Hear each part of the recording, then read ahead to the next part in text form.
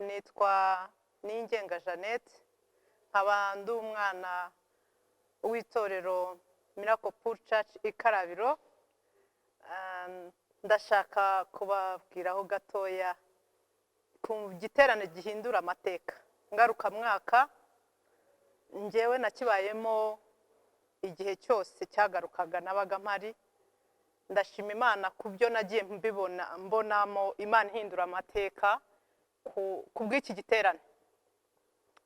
Nagiriwe umugisha rero wo kuba narahindura amateka muri Miracle Pool Church.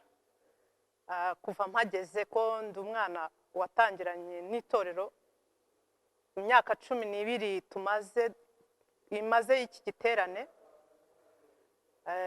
Njyewe ndabihamya ko Imana ihindura amateka. Rero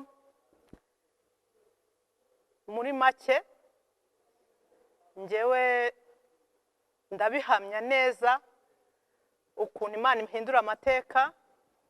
Nahageze nta kazi mfite, ndi umuntu nyine wibereye aho, ariko Imana impindura amateka, mpabonera akazi muri iki giterane, mpagirirwa umugisha, abana banjye bahindurirwa amateka, bahindurirwa amashuri meza, babona amashuri meza, bahindurirwa amateka, baratsinda kubwo komeza kuba imbere y'Imana.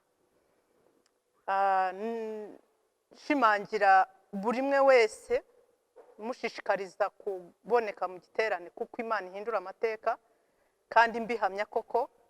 Mpereye mu mwaka wa 2012 Imana yahinduye amateka ndabibona.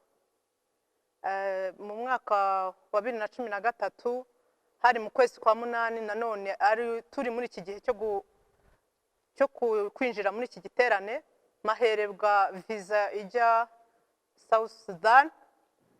Nkorera UN igihe cy'umwaka, hari itariki 30 z'ukwezi kwa 8. Urumva twari dusohotse mu giterane mpita mbona visa. Imana ihindura amateka.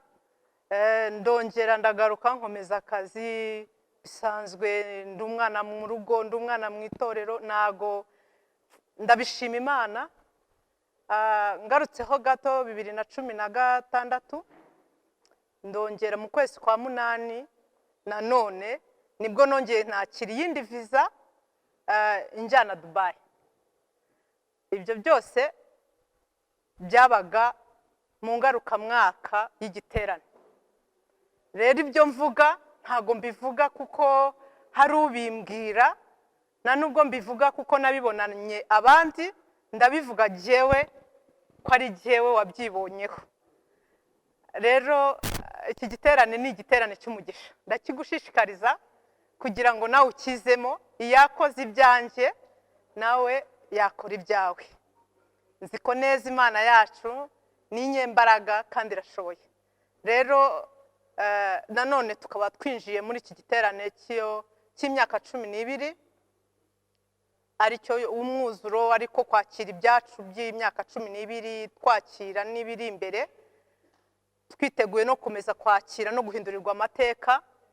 Rero ndabishimye Imana cyane, shimira n'abashumba bacu bakomeje kutuba hafi, bakomeje kutwitaho, kandi badukomeza kutwereka inzira y'agakiza, kuko niho ho guhindurirwa amateka.